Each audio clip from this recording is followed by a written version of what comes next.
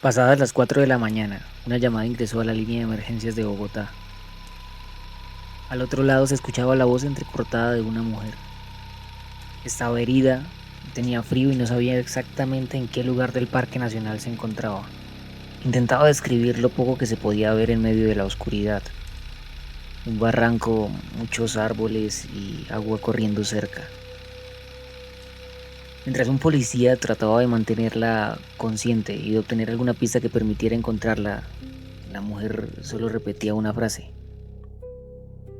Auxilio, me estoy muriendo. No conocía las coordenadas del lugar, pero sí conocía el nombre del hombre que le había hecho eso, que le había llevado hasta allí. Se llamaba Javier Velasco Valenzuela. Horas antes, Rosalvira Celi había aceptado que aquel compañero de estudios la acercara a su casa en motocicleta. Sin embargo, detrás de aquella invitación aparentemente inofensiva se ocultaba un hombre que ya había matado, que había sido investigado por violencia sexual y que, pese a las advertencias, las denuncias y los antecedentes, continuaba caminando libremente por Bogotá. Por eso, esta historia no es únicamente la historia de un crimen, es también la historia de una cadena de decisiones, omisiones y oportunidades perdidas. La historia de un hombre que dio señales durante años y de un sistema que solo reaccionó cuando ya era demasiado tarde.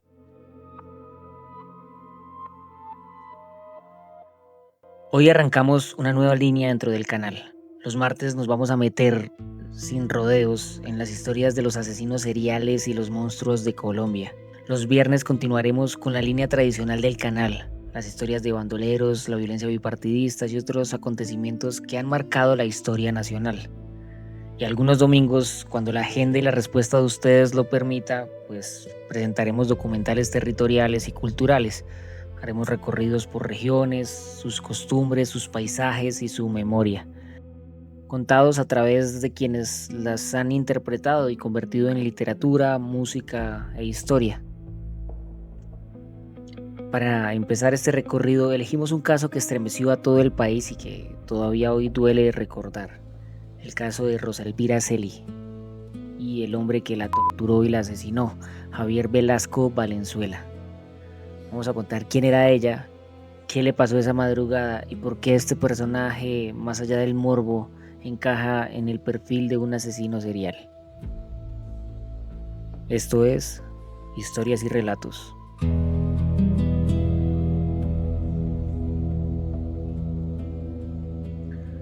El 24 de mayo del 2012, Colombia despertó con una noticia que rápidamente ocupó los titulares de la prensa.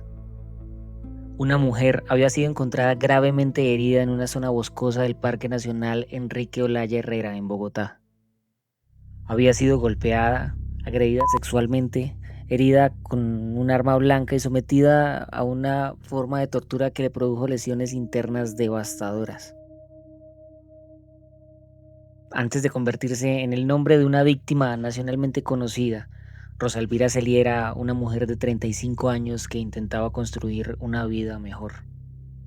Era madre, trabajaba como vendedora ambulante cerca del hospital militar, vendía dulces, cigarrillos y bebidas en las calles de Bogotá y al mismo tiempo estudiaba en jornada nocturna en el Colegio Técnico Manuela Beltrán. A una edad en la que ya muchas personas habrían abandonado definitivamente sus estudios. Ella cursaba 10º grado y conservaba el propósito de terminar el bachillerato para después estudiar psicología. En el colegio donde cursaba el bachillerato conoció a Javier Velasco Valenzuela. Este era un estudiante reservado, de pocas palabras y bastante mayor que la mayoría de sus compañeros.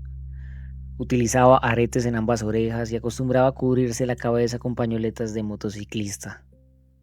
Con los profesores se mostraba puntual, educado y aparentemente respetuoso. Sin embargo, varias estudiantes percibían algo inquietante en su comportamiento.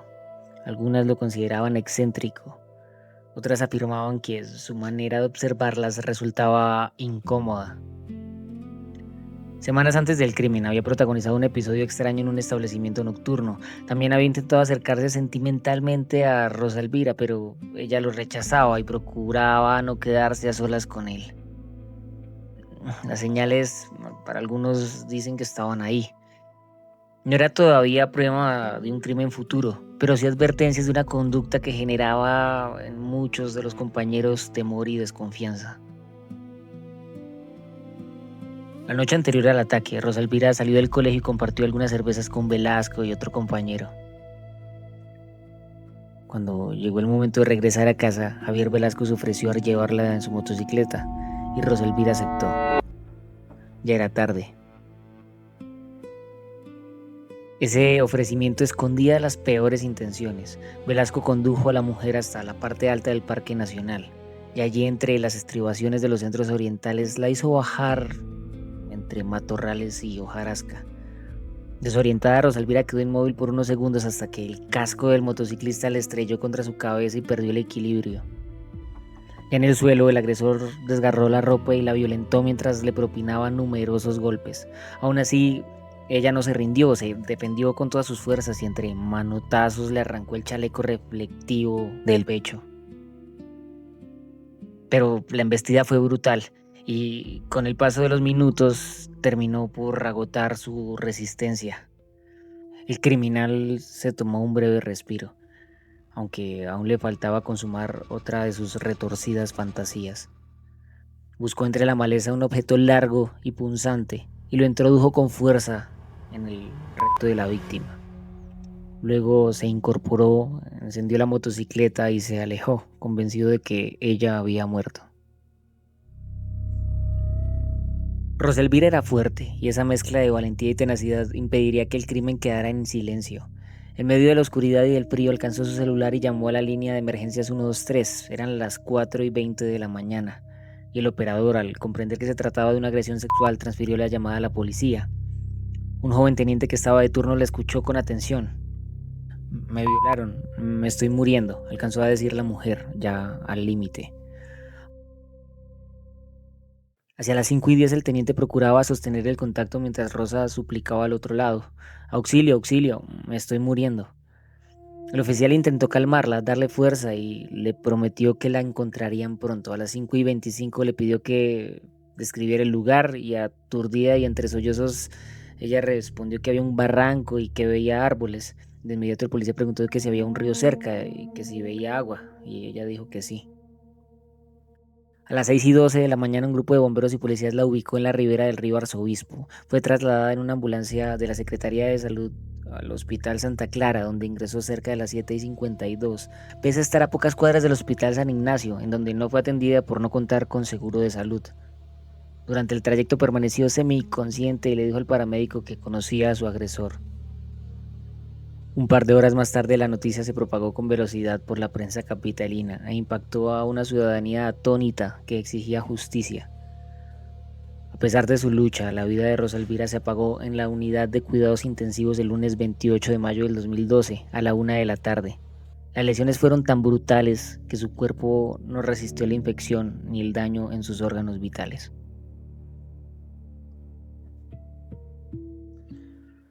Durante días, Bogotá se llenó de rabia y de luto. La noticia no soltaba a la ciudad. Marchas, plantones, grafitis, titulares, todo pedía lo mismo, encontrar al responsable. La policía metropolitana se aferró a lo poco que había, los últimos pasos de Rosa Elvira, las cámaras del colegio, los rastros dejados en la escena. Y entonces, en esos cuadros borrosos que a veces lo dicen todo, apareció la imagen de Rosa Elvira saliendo en la parte trasera de una motocicleta, tranquila, con los brazos rodeando al conductor. A esa pieza se le sumaron otras, el chaleco hallado en el lugar, las placas del vehículo y el dato de que Rosa alcanzó a decir antes de apagarse que conocía a su agresor. Este rompecabezas encajó con un nombre que ya rondaba desde el principio: Javier Velasco Valenzuela. Con la evidencia sobre la mesa, la fiscalía pidió la orden y la captura llegó rápido. Esa misma noche, cerca de las 7:30, los patrulleros lo ubicaron en el barrio Galerías, caminando como si nada, rumbo al colegio, al mismo sitio del que había salido su víctima. Las fotos de su detención circularon de inmediato. Él era un hombre delgado, con dos aretes oscuros, una pañoleta llamativa y una calma inquietante en su cara, como si la tragedia no tuviera nada que ver con él. Lo aterrador de esto es que esta captura no cerró la historia, sino que la abrió, porque con el tiempo se descubrió que Rosalvira no fue un hecho aislado, sino parte de un patrón. Y ahí, en ese punto, la pregunta deja de ser quién fue, sino cuántas veces lo hizo antes. Aunque los casos confirmados son pocos, sí existe un patrón de comportamiento, de seducción, engaño, violencia sexual extrema y desprecio absoluto por la vida de las víctimas, que permite catalogarlo dentro del perfil de un asesino serial. Además, existen múltiples hechos atribuidos y confirmados con dinámicas similares, lo que sugiere un guión de ataque recurrente más que un episodio único y circunstancial. Javier Velasco Valenzuela nació el 5 de junio de 1967. Según cuentan, y de acuerdo a los reportajes periodísticos y demás, era hijo de una pareja humilde y trabajadora. Formó parte de un hogar en el que, debido a las presiones económicas, todos los miembros de la familia tenían que laborar desde los primeros años de vida. Según sus propias declaraciones, su infancia distó de ser armónica y serena. En sus recuerdos, la niñez fue un periodo violento e inestable. Su padre lo golpeaba con frecuencia y lo hirió con un cuchillo en una pierna en alguna ocasión, según cuenta, debido a un altercado intrascendente. Al llegar a la adolescencia dejó de estudiar y se dedicó de lleno a aprender mecánica automotriz. De esta manera se convirtió en un experto en solucionar y reparar problemas eléctricos. Algunos de sus hermanos también se especializaron en este oficio y llegaron a ser reconocidos en talleres del barrio 7 de Agosto, en Bogotá. Durante su juventud, Velasco mostraba una actitud solitaria y ausente. Era una persona de pocas palabras, que no interactuaba ni socializaba con su entorno, y con el tiempo empezó a consumir alcohol, marihuana y otras sustancias alucinógenas que, al menos desde su versión, lo llevaban a perder el control, a ceder ante sus más bajos instintos y a entregarse a la maldad. Casi 10 años antes, mediante engaños, llevó a Dismila Ochoa Ibáñez hasta la parte posterior del taller en donde trabajaba. Había conocido a la mujer en unas cabinas telefónicas y la sedujo en medio de música y cervezas. De forma violenta y cruel, la asesinó utilizando un pequeño machete. Él mismo dijo que: yo recuerdo que la conocí ese día, yo le introduje el machete y hasta ahí me acuerdo. Después de eso yo me recosté a dormir y me desperté después y veo que ella estaba ahí. De lo que recuerdo es que yo no resistí a mirarle la cara porque era muy impresionante. Así confesó el asesino frente a los fiscales. Velasco abandonó el cadáver en una esquina del barrio 7 de Agosto como si fuera una bolsa de basura. Le cubrió la cabeza con la misma chaqueta que portaba la víctima el día del homicidio para ocultar el rostro y tapó el tronco del cuerpo con una vieja tela, como para alejar a la muerte de su vista y negar simbólicamente su culpabilidad. Unos pocos minutos después, un transeúnte encontró los restos y llamó a la policía. Las autoridades se fijaron en cada detalle de la escena y bajo el sol de la mañana los agentes pudieron rastrear su origen y encontrar su final en el local de Velasco. Llamaron a la puerta y al no recibir respuesta forzaron la chapa. En el interior descubrieron al asesino intentando esconder los documentos de Dismila entre el cielo raso de la vivienda. Una vez capturado se le imputaron cargos por homicidio y el caso terminó en un juzgado de descongestión. Allí el fiscal del caso no solicitó ningún examen adicional sobre el cuerpo de la víctima y de forma sorprendente apoyó la tesis del agresor, quien afirmó que la muerte había sido producto de un acto de defensa personal. Pero si esto resulta absurdo, lo que sucedió después ya raya con la demencia. La defensa solicitó que se tratara de forma especial al detenido, puesto que presentaba trastornos psiquiátricos. Tras aceptar estos argumentos, el juez lo declaró inimputable y se le envió a una clínica psiquiátrica. Condena, desde luego, absurda e injusta para la mayoría, ya que es evidente que el sindicado tenía el control de sus actos porque fue capturado cuando intentaba ocultar la evidencia. Tal situación lleva a asegurar que el asesino era consciente de sus acciones, conocimiento que resalta en sus declaraciones emitidas durante el imperfecto juicio. Yo traté de limpiar la calle, traté de limpiar con un trapero, luego me puse a limpiar adentro porque ya había muchas manchas de sangre y me acosté a dormir nuevamente. Cabe anotar otro aspecto de su macabra personalidad, la extraña valoración del afecto y su forma de expresarlo.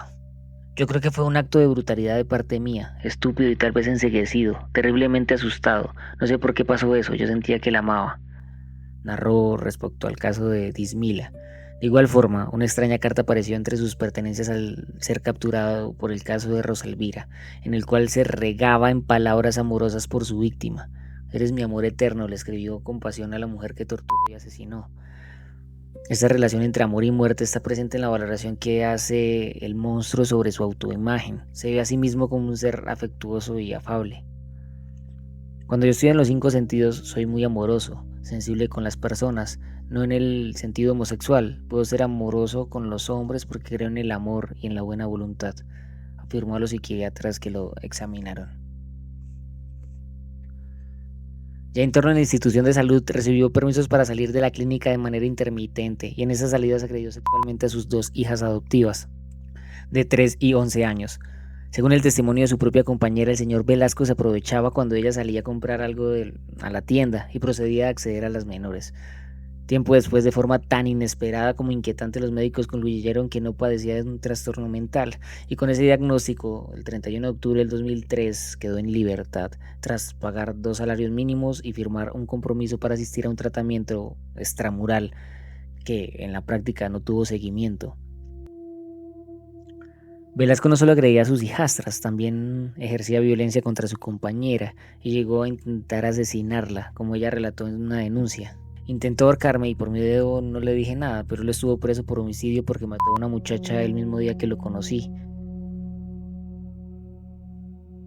Él me acogió para ahorcarme y me dio 3 golpes contra la puerta, cogiéndome el cuello y tratando de asfixiarme. Eran dinámicas de abuso que se repetían con otras víctimas en distintos momentos. Hay otro caso en el 2011 en el que Velasco transitaba en moto por inmediaciones de la zona de tolerancia de Bogotá. Allá abordó a una mujer, a una joven prostituta, y le ofreció dinero por sus servicios. Ella lo percibió como un cliente más y accedió a subirse al vehículo, pero el agresor la llevó hasta un potrero, donde le exigió tener sexo sin preservativo. Sin mediar palabra, él la violó y la golpeó. Una vez terminado el acto, se incorporó, encendió la moto y se fue del lugar. La joven gritó pidiendo auxilio. Un grupo de taxistas advirtió lo ocurrido y la asistió. Lo persiguió y agarraron al hombre. La policía llegó y lo condujo a la estación, donde la mujer instauró la denuncia. Allí el abusador se acercó, sonrió y le ofreció 800.000 pesos para que se retractara, y ella valientemente se negó.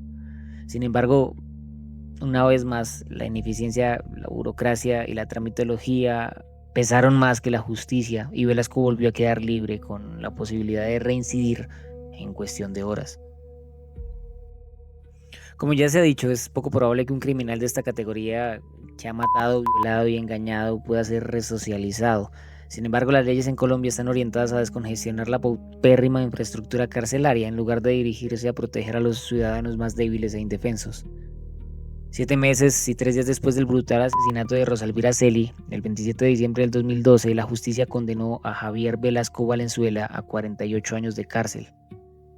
El asesino dijo de forma cínica: invito a la sociedad a que, así como estoy siendo juzgado, ustedes mismos se juzguen interiormente y sepan hasta dónde nos puede llevar una adicción. Pido perdón a la familia de la víctima porque Dios ya me perdonó y quiero resocializarme.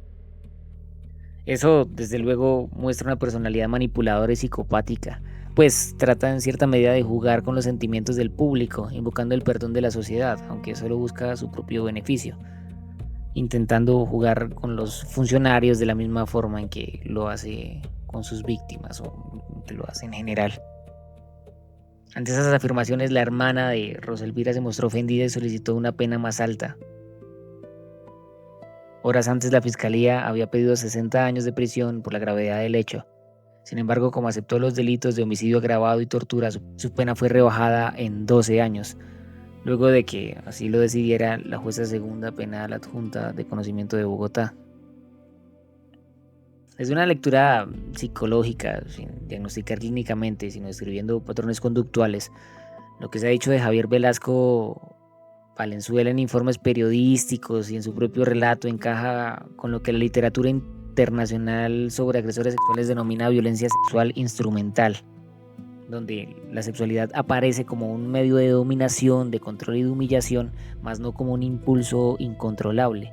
El exceso de violencia, la agresión sexual extrema y el aislamiento de la víctima y la capacidad de presentarse funcional en contextos cotidianos se parecen a rasgos frecuentemente descritos en perfiles con baja empatía operativa, cosificación de la víctima y manipulación posterior. Sí, muy claros en él, como la minimización, la autojustificación, ese giro emocional tipo yo la amaba, en general.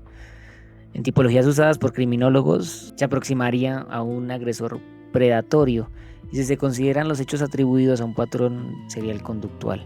La repetición de un mismo guión se acerca a partir de engaño, seducción, luego la isla, luego hay violencia sexual, luego hay agresión extrema y luego hay abandono, donde el motor no es el conflicto interpersonal puntual, sino el estilo relativamente estable de ejercer poder.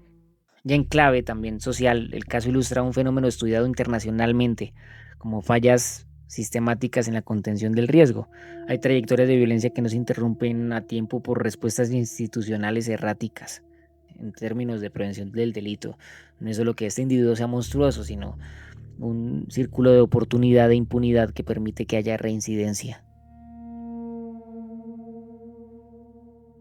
Hay señales tempranas como las conductas previas, episodios extraños, denuncias, antecedentes, que no se convirtieron en barreras efectivas. Así todo esto y este perfil se entiende mejor como una intersección entre esa alta peligrosidad individual y este montón de brechas institucionales que aumentan la probabilidad de repetición y escalamiento.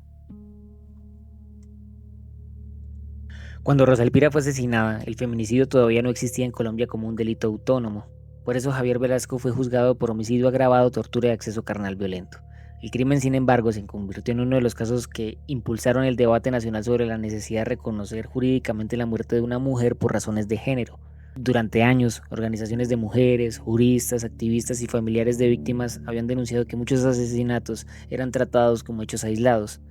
Se hablaba de crímenes pasionales, de ataques de celos, discusiones supuestamente que se salían de control y terminaban en cosas de asesinatos o muertes. Y ese lenguaje ocultaba el patrón. Hay muchas mujeres perseguidas por exparejas, hay mujeres asesinadas después de denunciar la violencia y hay mujeres atacadas por rechazar a un hombre. Y hay muchas mujeres convertidas en objetos sobre los que alguien cree tener propiedad. En 2015 fue aprobada la Ley 1761, conocida como la Ley Rosa Elvira Celi. La norma creó el feminicidio como delito autónomo y estableció que la muerte de una mujer debía investigarse teniendo en cuenta los contextos de discriminación, dominación y violencia de género. Esto es un hito en la historia de Colombia. Y aunque esta ley no podía devolverle la vida a Rosa, ni tampoco podía corregir los años durante los cuales Velasco permaneció libre, convirtió su nombre en un símbolo jurídico y social, en un recordatorio de que ciertos crímenes no puedan entenderse únicamente como homicidios individuales, formar parte de esta violencia que es más amplia y está sostenida por ideas de posesión, desigualdad y desprecio. ¿Es posible que Velasco salga algún día libre? Siempre cabe la posibilidad de que algún día salga en sus últimos años a caminar por las mismas calles que transitó Rosa Elvira.